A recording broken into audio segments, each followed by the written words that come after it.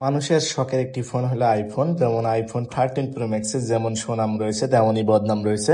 তেমন একটা আইফোন সুনাম যেদিকে বলি, যদি আপনার আইফোনের সিনেমাটিকের দিক থেকে বলেন, ক্যামেরার দিক থেকে হেভি পারফরমেন্স পাবেন, কিন্তু আইফোনের বদনাম হলো আপনার যে স্ক্রিন প্রবলেম। তো আইফোন 13 প্রো সিরিজ থেকে আপনার এই স্ক্রিন প্রবলেমটি এসছে।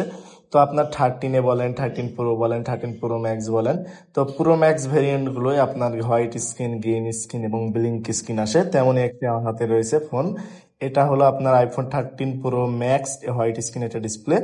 এই ডিসপ্লেটা দুভাবে রিপেয়ার করা যায়। প্রথমত এটা বাইপাস মেথড আছে একটা, যেটি মূলত একটা জাম্পার ওয়্যারের মাধ্যমে শর্ট করে দিলে অনেক সময় ডিসপ্লে হোয়াইট স্ক্রিন ডিসপ্লেটা চলে আসে। আর অনেক সময় যদি হোয়াইট স্ক্রিন ডিসপ্লে না আসে, সেই ক্ষেত্রে আপনার যে ডিসপ্লের ফ্ল্যাক্সটি আছে, এটা ফ্ল্যাক্সটি রিবন্ডিং করার মাধ্যমে নিয়ে আসে।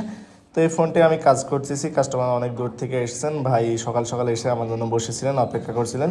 আমি ফোনটা রিসিভ করি, ফার্স্টেই আমি কাজটা ধরি।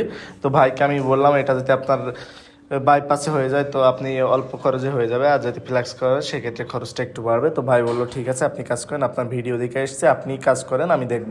তো ভাই আমার সামনে দাঁড়িয়েছিলেন, তো আমি ভাইয়ের সামনে কাজ করে দিলাম।